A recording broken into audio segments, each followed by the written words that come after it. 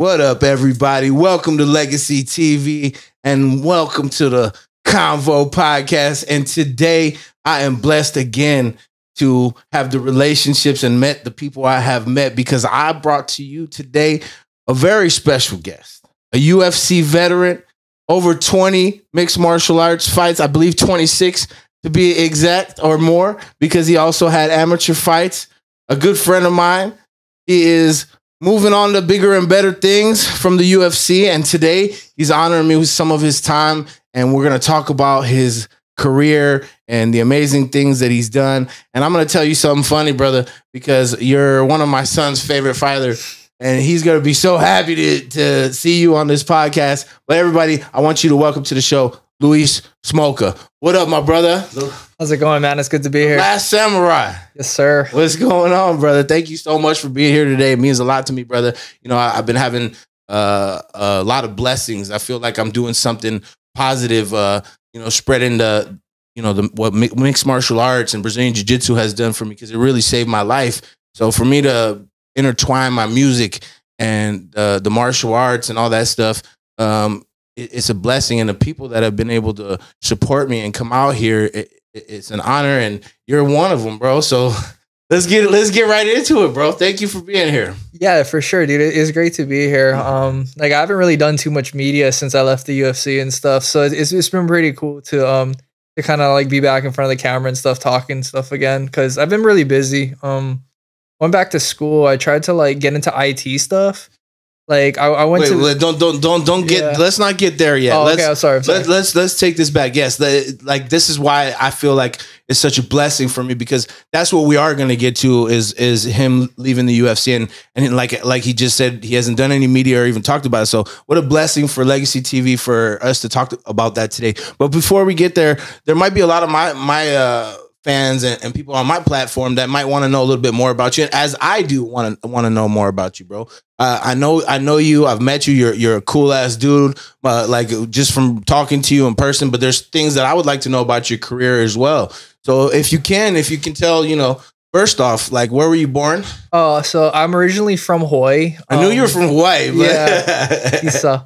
But you could tell that BJ Penn accent. Yeah, he was like dude, he was the man when I was a kid. When I was like 15, everybody had a BJ Penn shirt. When he would fight, like, there was like fireworks going off. Like, like how like in Santa Ana, right? Like Canelo fights, there's fireworks, there's stuff going off. It was like that for us too. It was pretty sick, dude. It was fun. Popping. Yeah, it was. Because he's the hometown kid. Yeah, like I feel like even BJ, when I saw BJ out here a lot, he would come to my coach's gym to train back in the days. And then not only that, but I remember one time, like, I was going into the Worlds in Long Beach, and like we were walking up, and I hadn't met BJ yet.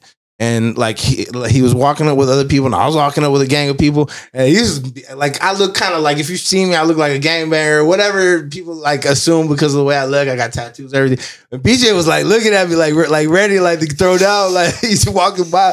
I'm like, that's fucking BJ Penn. He's like, yeah, is he tripping? I'm like, no, I don't think he's tripping. But man, I've always been a BJ Penn fan, bro. He was one of my favorite fighters to watch, and like he was like one of the original guys that I feel like just put a stamp on it for jiu-jitsu as well.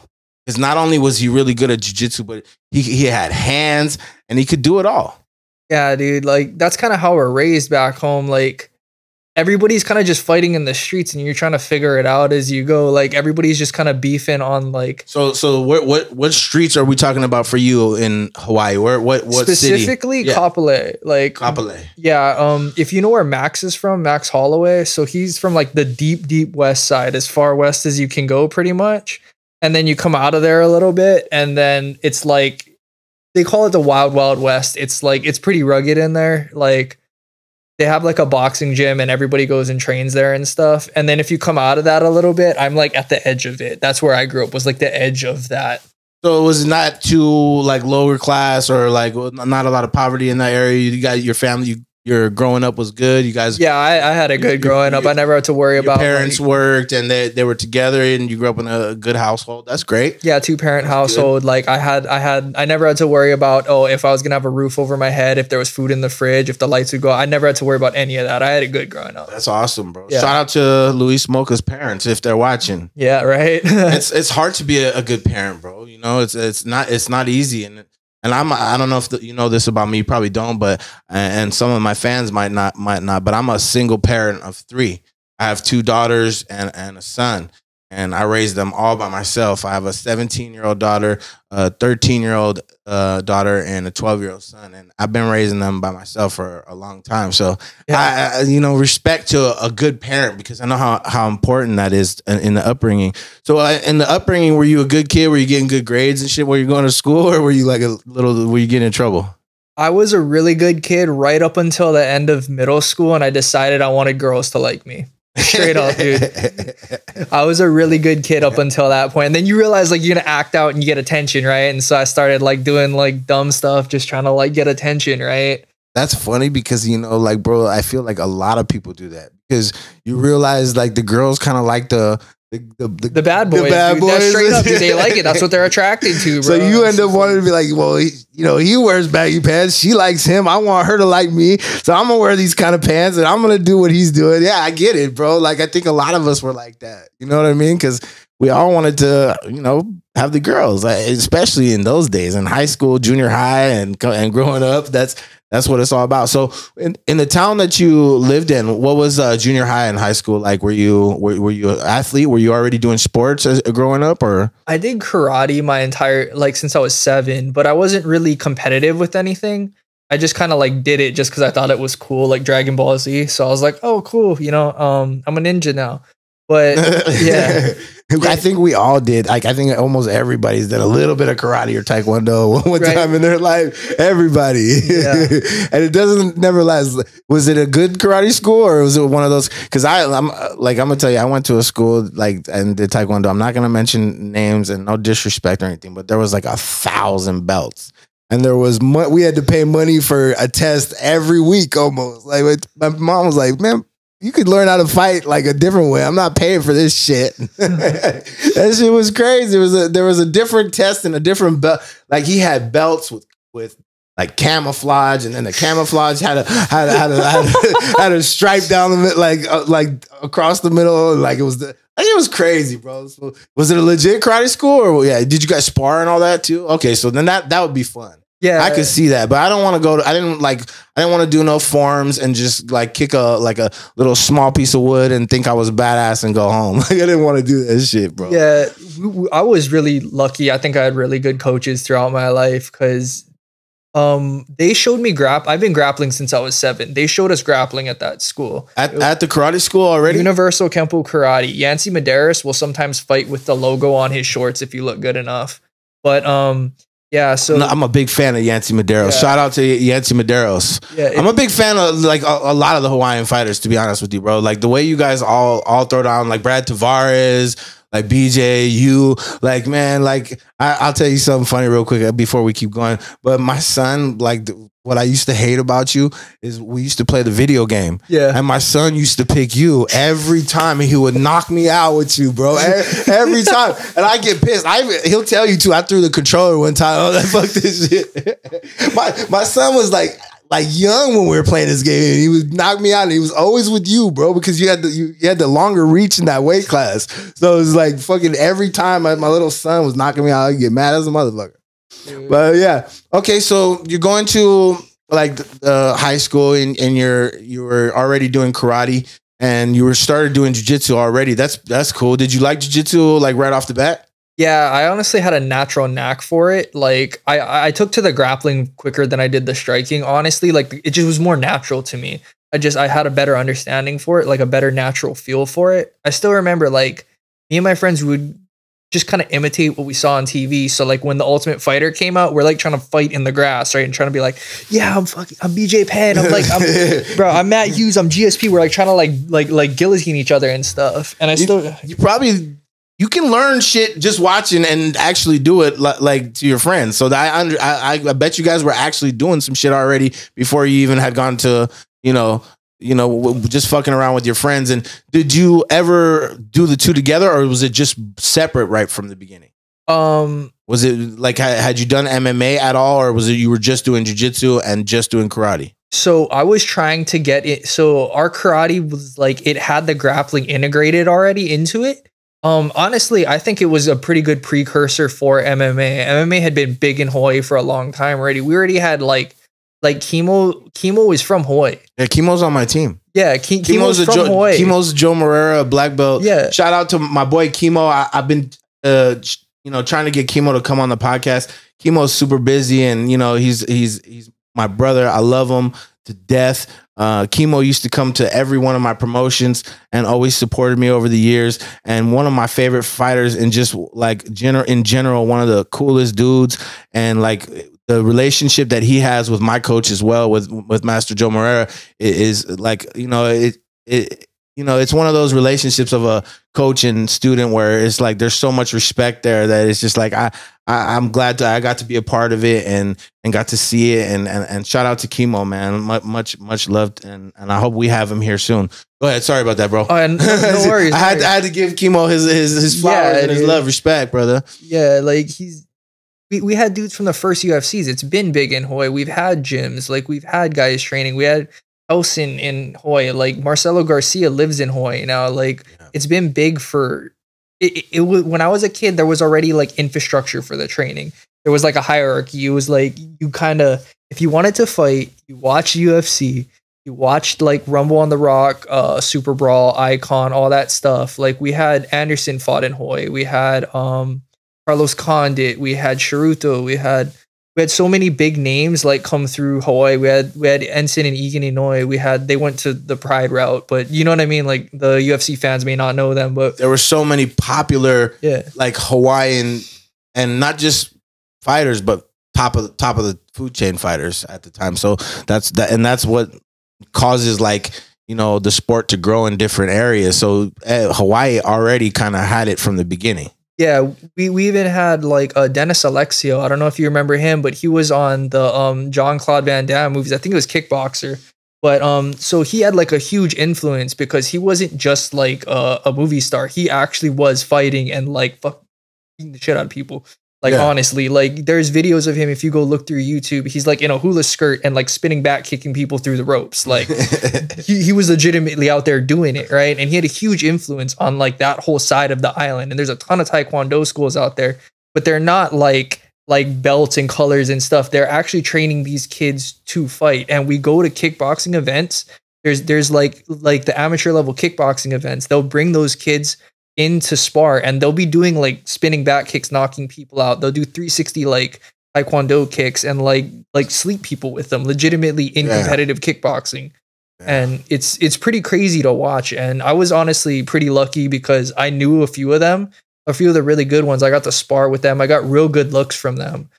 This dude, Martin Day, I don't know if you guys like go look him up, but he's got spinning back kick knockouts. He's probably got like 2 or 3 of them. He gets flying knees every now and again. Like, and it's like common for him. It's like he's been trained to do it. Yeah. And it's probably since a kid.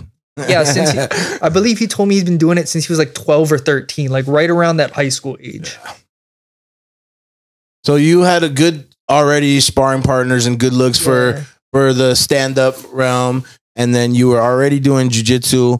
And then were you competing at all in any of the martial arts yet? Like, or when I was 15, I started judo. Judo. Yes, I was watching Nick Diaz and Caro Parisian throw each other around, and Diego Sanchez, and they're just throwing each other around. They're like crediting. I remember Joe Rogan talking about the judo, right? Yeah. Yeah, and so I was like, okay, so this is transferable. There's skill here that will transfer to the UFC. Bro. Yeah. Yeah, if you know, like I was just watching, I talked to Manny Gamburian just a few days ago, and hopefully Manny will be out soon too.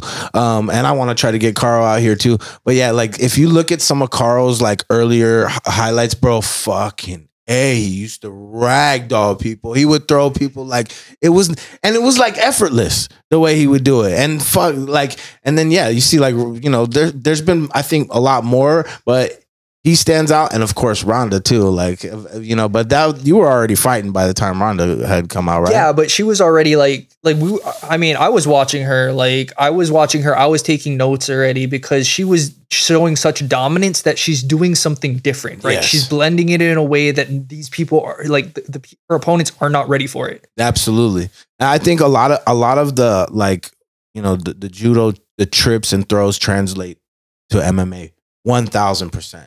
And on top of that, also being in the clinch, like being able to stay on your feet as well and being in those positions. Like judo is for sure a martial art that I think every mixed martial artist should practice. Honestly, I think every kid should learn it simply because you have to learn to break fall, right? Right. Yeah, and kids are constantly falling down. So I think that every child should learn judo, or the jiu-jitsu team should like really incorporate time, right, into teaching children the break falls like for judo. Because if you do just a little bit of it, it helps. But if you like really learn the idea of it, it's a good way to like to teach them to not hurt themselves when they fall. Yeah, 100%. That's like one of the first thing that you teach the kids anyway. And, you know what I'm saying? Like in kids classes, like you gotta like sit there. First you start them on the butt and they slap their hands, and then from the knees, and then now stand up. Yeah, they have to learn that in jiu-jitsu class as well. I mean, I believe like one of the things that I think is important is people need to understand, even people that do jiu-jitsu. I love jiu-jitsu, but I have a coach that's old school, and like you're not gonna get a belt from him unless you know how to do MMA, unless you know how to do jiu-jitsu with striking. And that's just the way he was. And I feel like sometimes people forget that, you know, in order for you to actually be able to defend yourself, like in a self-defense situation, you should know a little bit of everything. Yep. You know what I mean? 100%. Because even if you're good at jiu-jitsu, like I've seen a lot of people that are get good at jiu-jitsu get hit, and then there's no jiu-jitsu. You know what I mean? And for me, that's kind of sad as a jiu-jitsu black belt. I'm a 4th degree black belt. It's very sad to see that happen, because like I want jiu-jitsu to look good. I'm a fighter for jiu-jitsu. I always say jiu-jitsu should be like it's the best martial art in my opinion. I feel like it's the base, and you need to know how to fight off your back. And then you can learn how to keep yourself on your feet. And then you learn how to strike and all that. So I feel like everyone should know a little bit of everything in order to be a well-rounded martial artist and be able to defend themselves in a real situation. Oh yeah, 100%. Like, you know what I'm saying? And you know that because you are a mixed martial. Yeah. Like I spent a lot of time working on it. You know what I mean? Like, and I'm sure you've seen it for yourself too through the years. So let me ask you this. So you started competing at 15 in judo? Yes. How did you do in judo? Not great. I got licked. Hawaii surprised There's probably a lot of good guys out there. It's the Asians. That's why. Like, did you ever get hurt really bad? Never bad. Never in martial arts. But I have been. I broke my jaw before, but it wasn't in martial arts. Yeah. It was body surfing in the judo is like the one thing that I always stress on with my students when we're training is that I always tell them, please be careful. Like it's the easiest way to get hurt is the wrestling and the judo. Yeah. Like you really gotta, that's why I think the break falls are so important. You gotta know how to fall. Don't like twist and contort yourself as you fall. That's how you're going to lose your knee. Like, yep. And then your reaction to what you do after you fall is also very important. Yeah. Yeah. That was one of the things that I think helped me too, was that I was doing wrestling, I was doing judo and jiu-jitsu. And so like a lot of the kids, like we're trying to all be UFC fight. We're all trying to be the next BJ Penn, right? A lot of us. And so like collectively the bangers, that's what we call them, bangers, the guys fighting. But collectively I talked to a lot of them, and we all kind of agreed that if you want to like really go to the UFC, you kind of wrestling, jiu-jitsu and judo is a great blueprint for the grappling. 100%. 100% for the grappling. Yeah. Yeah. That's so you weren't doing good in judo. So tell me, like, when did you decide after the judo, like, this isn't going well, like I want to keep doing this, and I'm going to switch to something else? It was all just really like data for MMA. Oh, you were planning on doing MMA the whole time? Oh, okay. So you're a smart one. You're like, I'm going to pick up as much as I can from these things, and then my goal is I'm going to do MMA. Okay, so take me to when the first training sessions happened for MMA. I went to this place in Waipahu called 808 Top Team. under Ron Jun. I don't know if everybody knows him, but he fought in the UFC once. He was good in Pride. He was more of an Asian market guy. That was where he really shined. But so I went to his gym first. They trained me for a long time when I was a kid. I did a little bit of time at BJ's as well when I like was going back and forth between college and stuff between the ages of like 19 and 20. But most of my time I think I've really committed around 18. Right when I turned 18, I committed to trying to fight, and I was there like every day. And you were with that same team, the 808. Yeah, 808 top team. Top team. Yeah. So you had your first MMA fight at 18. Yes. And I try to always look up. I've looked up your record before, like back in the days, but I believe your amateur record was 2-1. It was actually like 4-1, but it's not all registered. So you did really well as an amateur. What was your like feeling after your first fight? Were you like because I know you won your first fight, correct? Yeah. So like I knew already I was gonna run through the dude because he didn't have ground. He was a striker, and at the time ground was predominant. So I was like, I'm pretty much gonna win in about 30 seconds. I did. I cradled him. I grabbed him. I picked him up. I slammed him. I armbarred him. Was pretty much it after a brief striking exchange. Dominant. Yeah, it was pretty fast. How did that feel? It felt standard. What's that feeling? Like not like you weren't over excited about it. Just like, this is what I'm gonna be doing. Yeah, it felt pretty standard, honestly, because I just replicated it so many times at that point. Like, well, when I did go to judo and stuff, I did okay at the lower levels. Like my first few matches, when they're grouping you, like it's like the C bracket or whatever, I ran through the C bracket. Like I was going through the lower levels very quickly, but once I got to like the top of the food chain, that I wasn't like the kids that had been doing it since they were like could walk. Kids, they were beating my ass, and I was like, "This is about." But regardless, you were competing in it, and you were getting that sprint look, and you were developing the skills that would translate to being a well-rounded mixed martial artist, which is like, who cares? You were competing and you were getting experience, which is good. That was 100%. Yeah, what I was doing. Yeah. So then, so you start doing your amateur, like as far as your stand-up stuff, you were just doing like everything. Like it was the 808 top team was a full MMA gym in Hawaii. Yeah, it was a full MMA gym. So you had everything right there in one house. Yeah, it was small. It was maybe like smaller than like your studio right now. It was tiny, dude. Like it was like a 400 maybe square foot little like box, a little sweat box over in Waipahu in like the industrial area, and we would go over there and like just beef in like this little area. But that's the coolest thing though. That's where the best things start from sometimes, you know what I mean? And look at, like, if you take a picture of that room and then think back to yourself, like when you started in that room, you were going to end up in the UFC one day. I always thought I would. Like I told all the kids at school. Yeah, but I mean, like, just think like for a kid that's, you know, training in a garage somewhere, you know, a lot of people started with, you know, not much, and they did what they had to do, and then, you know, started small, and you can do anything you put your mind to. And you had this belief already from a young age that you were going to be a mixed martial artist, you were going to be a professional, and you already knew you were going to be there. So as you started fighting as an amateur, it was already confirming for you what you knew in your head and what you were seeing. So were you getting popular in Hawaii as you started fighting? Because you had your 4-1 amateur fights, and then you go professional. What was your first professional fight like? Because I know you went on a fucking tear, right? Yeah, I fought in shit, it's so old. I think you went 9-0, like on your pro career, like before you. I was 6-0 because I know you ended up in the UFC. Yeah, I was 6-0 before I went in. I had I checked a lot of boxes, so they gave me the shot, right? Like honestly, it was wild at that point. Like, so your first MMA fight was against Shane Picaro in April 28th, 2012. And that was your first win by TKO, doctor stoppage, second round. Right. Yeah. So this dude is huge, right? I was tiny at the time, fighting at 35, and this dude had fought at like 170, I believe. And he was like 3-1 before I fought him. He'd fought at like Rumble on the Rock. He'd fought big fights, right? And for big organizations. And so, he wasn't taller than me, but he was like thick, dude. He was like stocky. Had you ever heard of him before, or this was just like first time you see him type shit, or we're like, is that at this time you were already doing research on the opponent or anything, or no? Yeah, like so I was. He wanted to fight me for like a like once or twice, but I don't know. I forget. They threw me his name once before, but like I don't know. I didn't. Something happened. It didn't happen. But then so like the second time they threw me his name, and we're like, yeah, okay.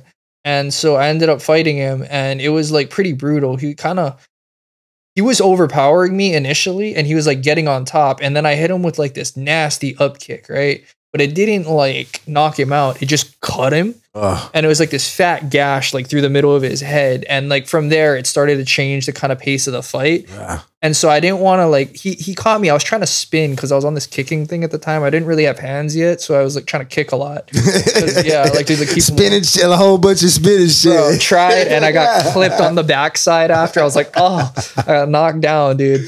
And so I was like, okay, so he's on top. He's like he's whacking me. At this point, I'm losing, right? Because it's like he has the knockdown, even if it's like not really a knock. He's on top. He's winning.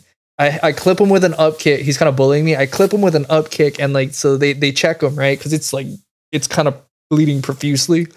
And so after that, they restart it, and I'm like holding him in the cage and just kneeing him in the body constantly. That's all I could do because he had too much power in his hands. I couldn't kick at him. I didn't really want to go on the ground because he was too strong. So I'm just holding him in the cage and just kneeing him in the body. You found the path of least resistance and you took it there. Yeah. That's what a mixed martial artist does. Yeah, 100%. But in between this holding him, he's breaking away and cracking me, dude. Just folding me.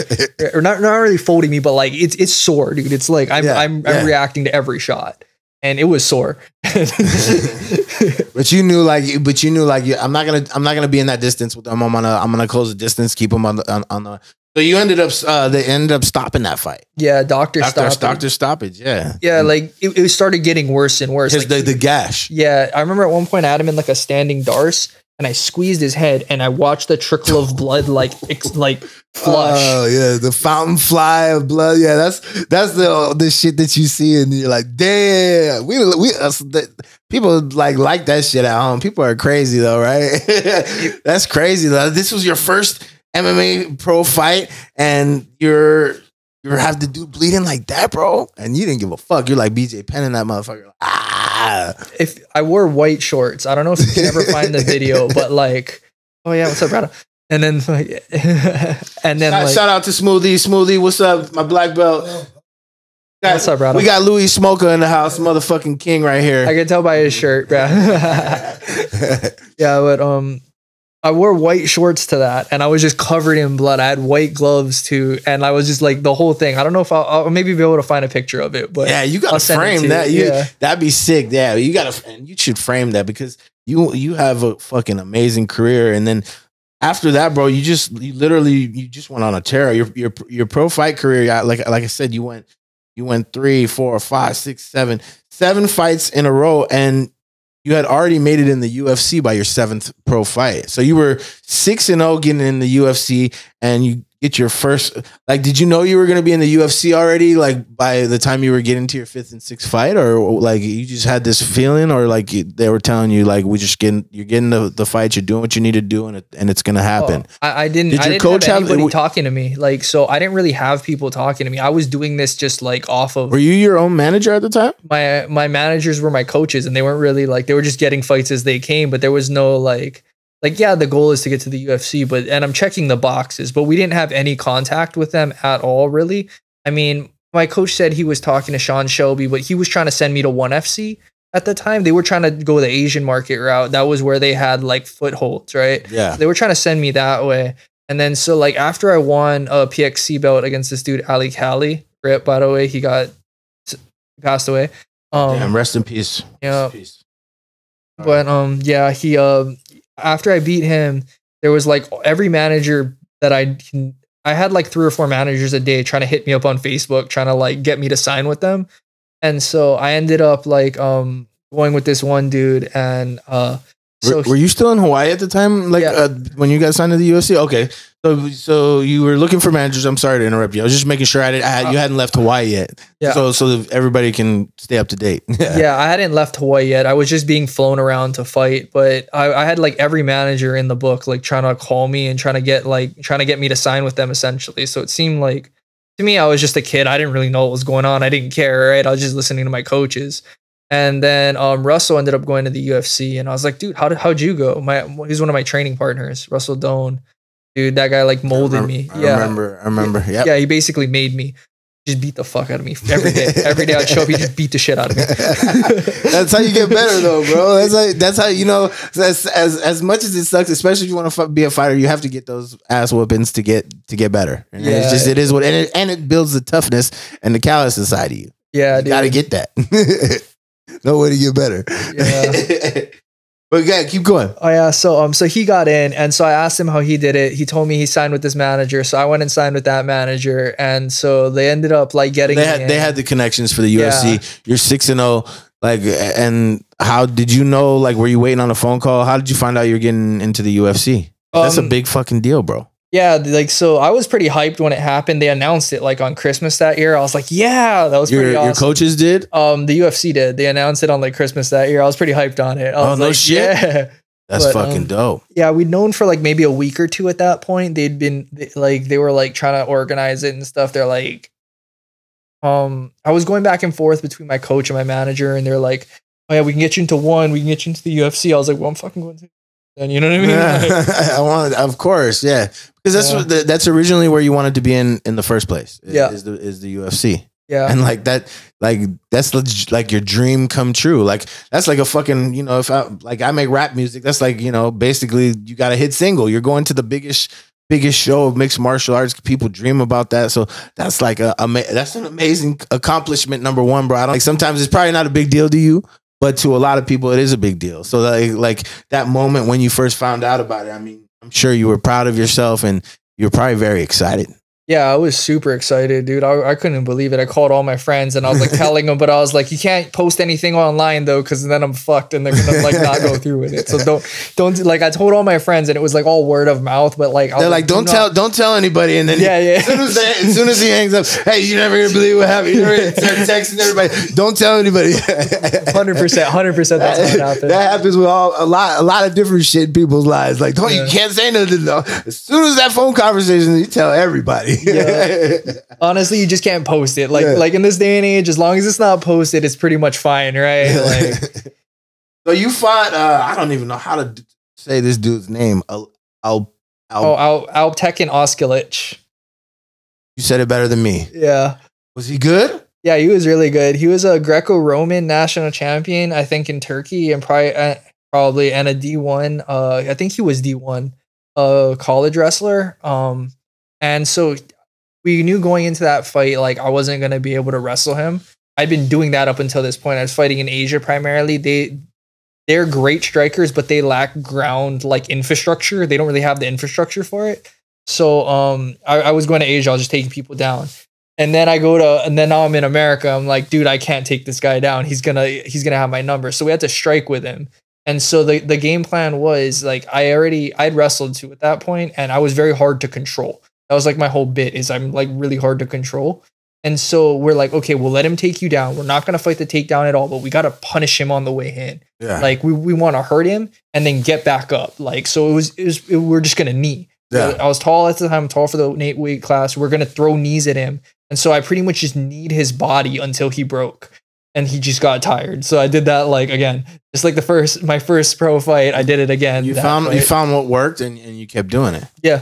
Smart. Like what? Like GSP style. Like why would you want to be like a fight against somebody's power or something that they're good at when you can find something that's going to be easy for you to keep doing and keep going to that well and then win the fight. Yeah, exactly. And this is your first UFC fight. You want to fucking win. Yeah. 100%. Which is what you did. So you end up winning that one by unanimous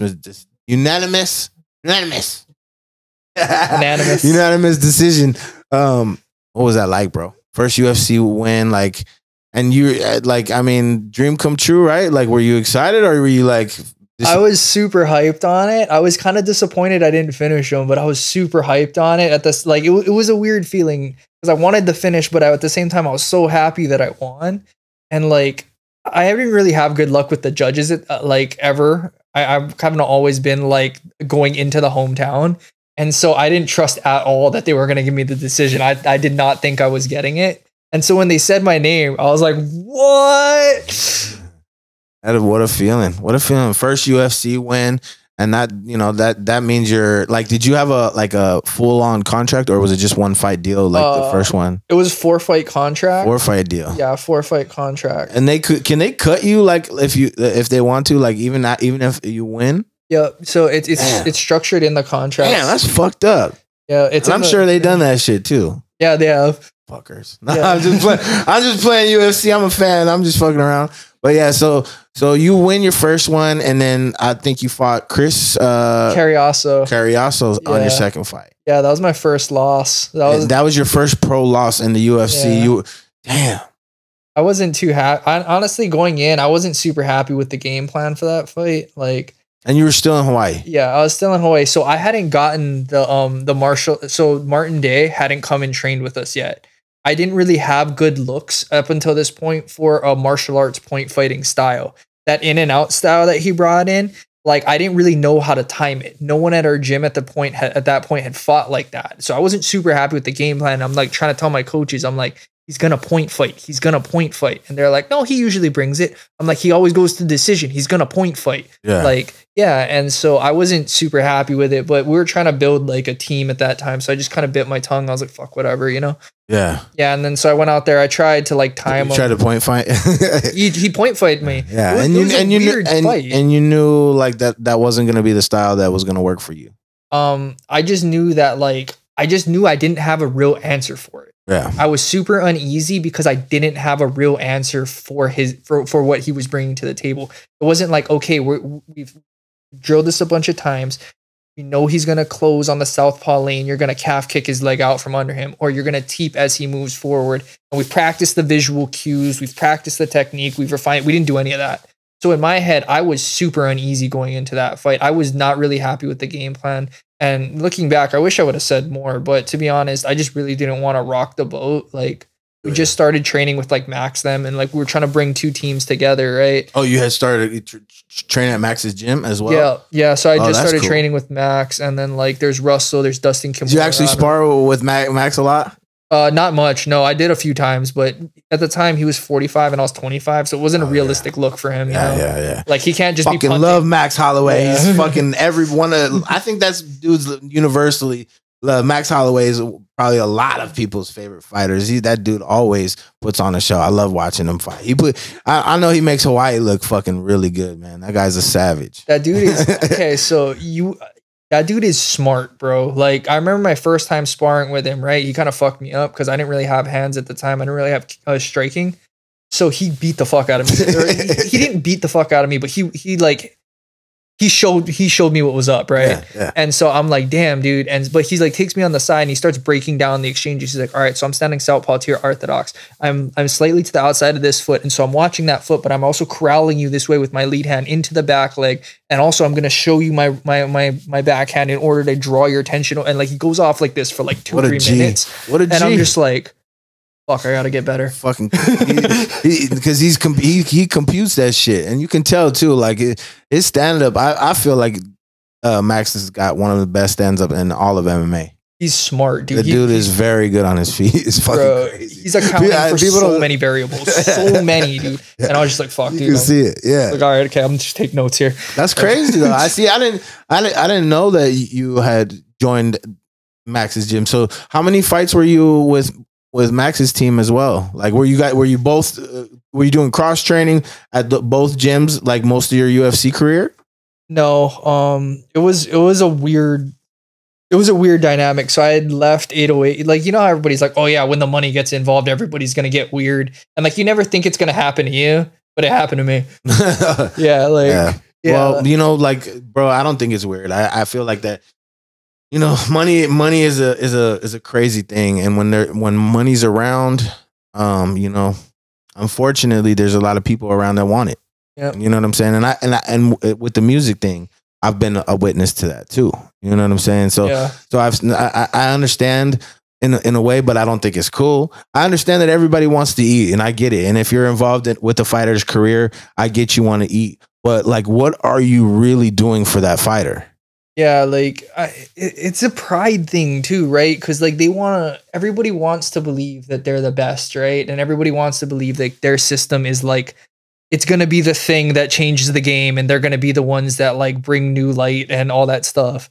And so I think there's a pride aspect of it too, where it's like, I don't need other people. You need me because I'm the best. I'm the one that's going to show you this stuff from a coach's aspect. Right. That's what I've seen time and time again, especially like with coaches that like really, how do I say this? With coaches that really, really wanted to achieve more, right, with their careers. And so like they're trying to achieve more, like almost living through you. And I totally understand. And many times it comes from the best of places, right?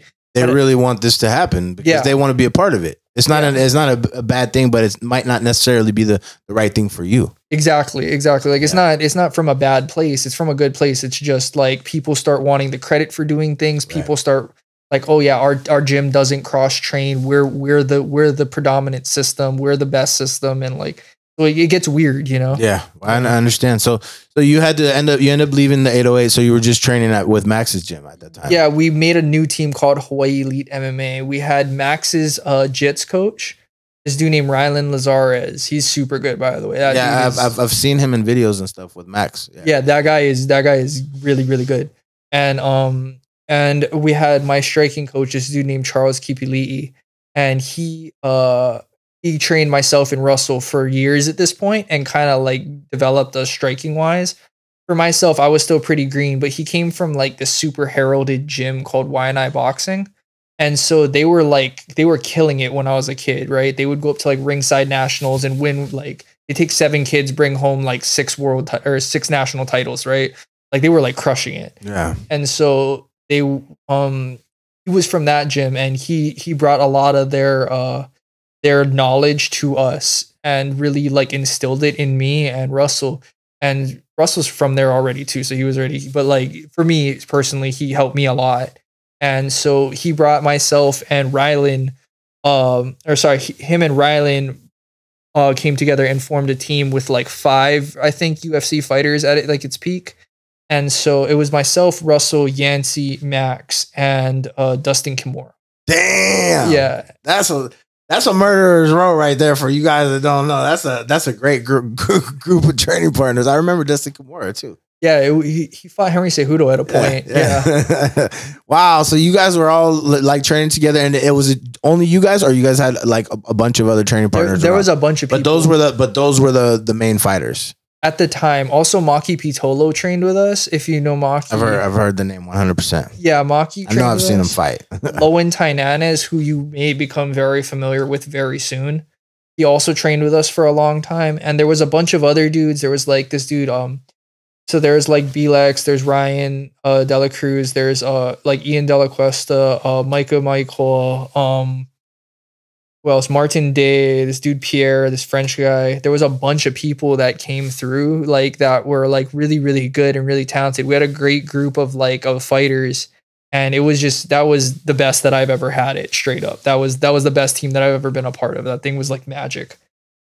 And so like you did, and you were doing like your career was going well, and you were doing good with that team, because you after the Chris loss, you went 4 fights in a row in the UFC, and then not only that, knockout, decision, submission, knockout. You went on a tear. Yeah. And the one that stands out to me a lot was Patrick Houlihan. Yeah, that one was fun. I remember that one. And then also the Neil Seary one. That wasn't Neil Seary. Patty was Connor's training partner. Patty. Yeah. That dude, Patrick Houlihan. Yeah. That fight was Conor McGregor's training partner. Yes, I remember that one. I wanted you to kick his ass so bad, bro. Yeah, a lot of people did. I was so happy when you submitted him, bro. I went crazy. I wanted everybody to beat Conor. No, I don't hate Conor or anything. It's just like, you know, at the time, he was drawing heat to himself. Yeah, he makes people like, you know, but he does that on purpose. And I get it. You want to make money, and you know, he did his thing. So yeah, then you literally go 4 fights in a row, 3 of them by finish, then 1 by decision. Then you go on a little bit of a skid, and you fought on some crazy cards. You fought on the Nunez versus Rousey card. Yeah. You know what I mean? You fought on the Cyborg versus Holm card.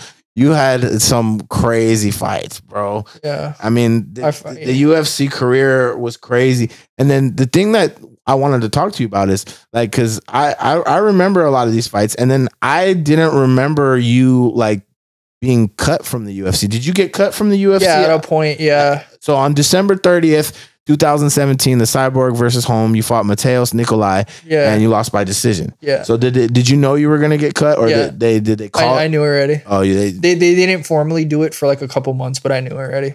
Damn.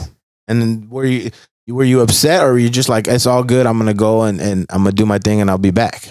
That one, I don't know. I was up in the air, right? Like I was honestly over it, but my manager at the time and my next coach, they called me up in the middle of the night and they were like trying to drag me out.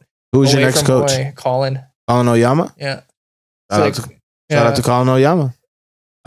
Yeah, he's one of the coaches from out here in Orange County. Yeah. But yeah, so you at that time you decided to come out here to Cali? Yeah, they kind of dragged me out here. Yeah. To revive the career? Yeah. So yeah, I was drinking a lot at the time, in all honesty. Like I was just kind of over it. You like, over fighting completely? Sort of. Like I'd seen the amount that I could make at the weight class, right? Like they were showing DJ's purse, right? And so it's like 200K a fight. And I'm like, they're like, oh, he can't sell pay-per-views. No one in America cares about him. So I'm like, dude, what the fuck? Like, why am I trying to fight this? Like, the weight class gets no love in America. I'm not going to make money. I'm not going to make money off sponsors. I'm not going to make money from the fight. Like, damn. Yeah. So I'm like, I can see the peak. I can see the ceiling. I'm like, it's not very high. Fuck. Yeah. So I'm going to just like give myself brain damage for this. I was like, fuck, dude. Like, it didn't really seem like I was looking for a way out, honestly, for like a long time. I was kind of over it. So at that time, when you came out here to Cali, you were already kind of like over it, and these coaches and, you know, people had convinced you to keep on going. Yeah. So you had how many more fights after that? I maybe like 10. I don't know. I think I had. That's a long time, bro. I had 7 more UFC fights. Jesus Christ! Yeah. So you didn't just when you already wanted to quit, but you came out and banged a bunch, like a lot more fights out. Yeah. And let me ask you a question, bro. Just because you know we're looking back on this career, like were you as you were going through the rest of those fights, were you still thinking the same? Like, why am I doing this? I don't want to do this shit no more. Yeah. Damn. Yeah. Like I never really was. I tried to make myself care, but like I was kind of like I had one foot out the door already. Yeah. Yeah. Like I was. And you can't fight the best guys on the planet, which is what you were doing because of your career and have a foot out the door. Yeah, it's just, it's tough, dude, because it's like there's no the ceiling is very low. Like it's like, okay, so I make 200K a fight, which sounds great, right? But that's the peak, and so how much of that do you keep?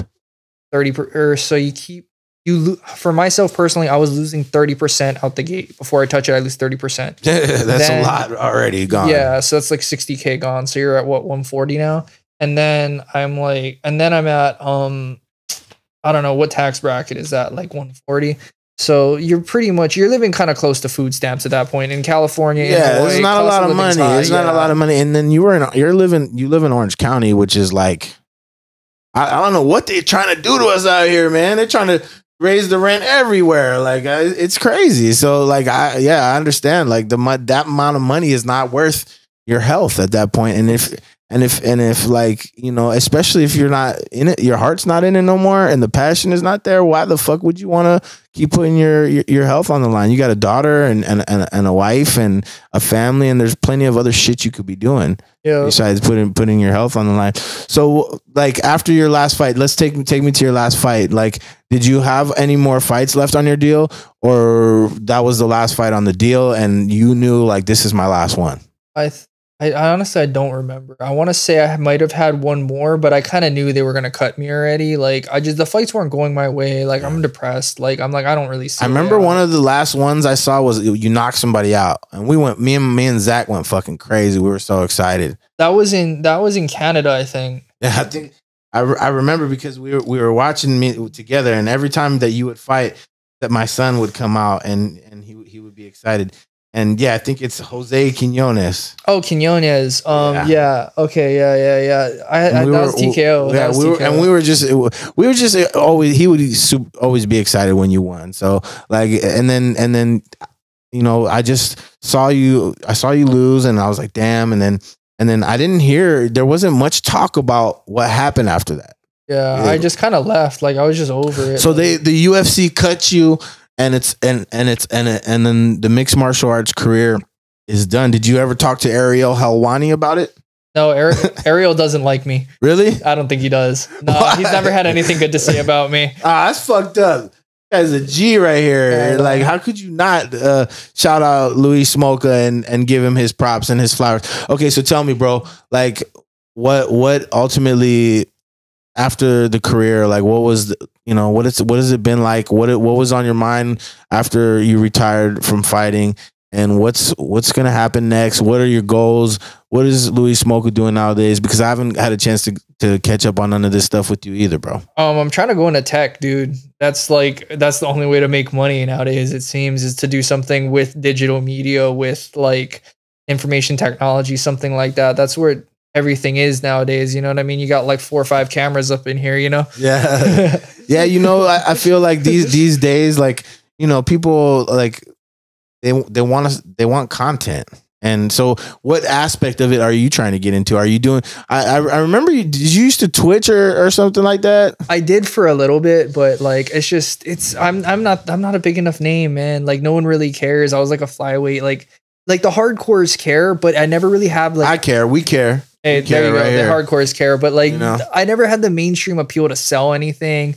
I didn't really have like an identity that I like wanted to tap into, like Nick and Nate, they have their whole like they're gangsters, right? And so that's what they do, and so they're authentic in that, and so people will identify with it. You have like O'Malley, who's like a SoundCloud rapper, and he's gonna tat his face and like look like he drinks lean, right? And so that's what he does, and so it's his identity, right?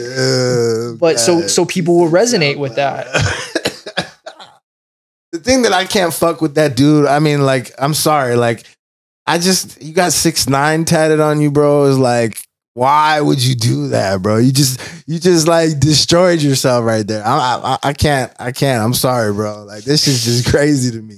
Like, I'm not gonna speak on it too much, but like, yeah, man. I'm from the streets, and like, I don't know. You don't get like yeah. Another subject. Yeah. All right. Yeah. But so so you got to be authentic, right? In who you are, and so like that's what people really like. But I didn't really have an identity like that. Like I didn't really see myself as like a marketable person. What about, let me ask you this, like, what about coaching? You never thought about doing any coaching yourself? Because I know I knew you were doing some privates and stuff, and I actually reached out to you myself recently because I was going to ask you if you would train my son a little bit in striking and stuff. So that's one of the things that I had, when I had text you asking you if you were doing privates, it was because my son wanted to, my son's he's been training since he was a little kid, but he's I'm his dad. And like with me, he's like, you're not gonna pay attention. You know, bro. If you only knew, like now he's like as tall as me too. So he catches himself like raising up on me, like, what are you gonna do? Like, I'm like, okay, bro. Like don't forget, I'll take you down and miss you. But yeah,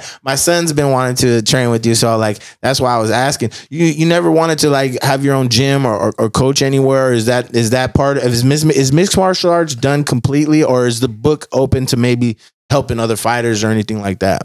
Okay, so I'm down to help, but from a financial aspect, it's been really rough on me and my family for a long time with the martial arts. Like I put 30K, 35K into a gym back home in Hawaii. I haven't seen a dime back from it. Damn. Yeah, and so like I'm kind of soured from the experience. Now I don't really want to open a gym. I haven't honestly seen it done well. Like I haven't seen a coach that's like happy solely coaching. I haven't met have you met a happy coach? Whew, that's a crazy thing that you bring up, bro. You know what I'm saying? Like I'll be honest with you right now. I am a happy coach. And like I haven't been for many years, but I found a gym where the owner is not about the money. Okay. And the owner, he is a family man. He has 2 daughters and a son. He works a full-time job, and the dude is like an angel. He's done nothing but support me and help me, and he's made it possible for me to not only teach but to make a living to take care of all my kids. So for me, the experience that I'm having with the place I'm at now, and he's doing very well. So for me, like, he might want more, but for me, I think he should be very happy, and I'm happy because of him. So but what I will tell you is I do understand what you're saying, because there's very few of them. Yeah. And it's a hard profession, and it's a hard life, and there's not like even me and my coach Frankie, the owner of my gym, we just talked about it on his podcast, was that there's not a lot of money in it. There really isn't. And if you're doing it out of love and to help someone achieve their goals. Yeah. It's something I find rewarding. Yeah. Because like for me, bro, like I was gangbanging. I was going to jail. Like if I hadn't, while I was selling my CDs, if I was going in and out of jail, if I hadn't have found jiu-jitsu and found my coach Joe, like I don't know what would have happened to me. You know what I'm saying? So for me, like having the opportunity to be able to help someone that could have ended up like me, to keep them away from that, that's what I enjoy about it. But otherwise, like I do my rap music, and I'm getting into the podcasting stuff, and bro, like whether you know it or not, you're a legend in my eyes. It's not about what you think about yourself. Always it is, but it's also a lot of people that you don't know that respect you and respected your career, because I think you had a great career, and I'm a fan. Like you say, the diehards, the people that are really into MMA are gonna love this episode. And like, if you ever want to come back, if there's anything that you want to talk about on here, if you ever want to do a podcast, I'm here to support you, and we got your back here at Legacy TV. And like, so is there anything that you want to plug, or anybody you want to shout out, or anybody? Like, we know what's going on. Luis Smolka now, the fighting is kind of put to the side, and he's focusing on family and the IT. Yeah, pretty much. Like if I do come back, if I do help, it's going to be purely out of passion, right? Like my goal right now is to set myself up with like a stable. So this is the way that I could see it working, is to set myself up with stability financially. And then the fighting has to be like for fun. This is a passion. This is what I like to do. This is what I will always do. But I'm not comfortable relying on it to take care of my family. Like from a financial aspect, I'm just not comfortable. I understand that 100%. And anything's possible, and I think we might be expanding our gym, and we might have some mixed martial arts classes, and maybe like it would be cool to have you stop by once in a while, and like I think you still, I know fighting might not have been your career, but maybe you could still help somebody. Yeah, maybe. And who knows? And if you do ever, get the itch, you still have a big name. You're still, you're Luis Smolka.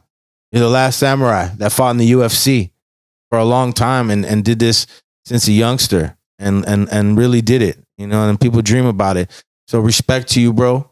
And, your Instagram is, let's give you your social medias. If you guys want to, say what's up to Luis Smolka, give him a shout out, like his page, like his stuff. And if he ends up fighting again, or if he ends up having a spot to teach at, how do they get a hold of you and stuff like that? You can find me on IG at Last Samurai UFC, or Luis Smolka MMA on Twitter. That's pretty much where I'm at now. Oh yeah, bro. Well, bro, Thank you very much for being here today. And we got to, you know, like really get to know like your whole career as far as mixed martial arts and jiu-jitsu and what you're up to now after you stop fighting. And, you know, you're on to bigger and better things, and, you know, nothing but blessings to you and your family. And we appreciate your time from, you know, Legacy TV and being here on the Convo. And much respect, bro. Thank you very much. I appreciate you, bro. Thank you for having me, man. All right, y'all. Like, subscribe, tell your mama and your daddy, and we'll see you on the next one. Peace.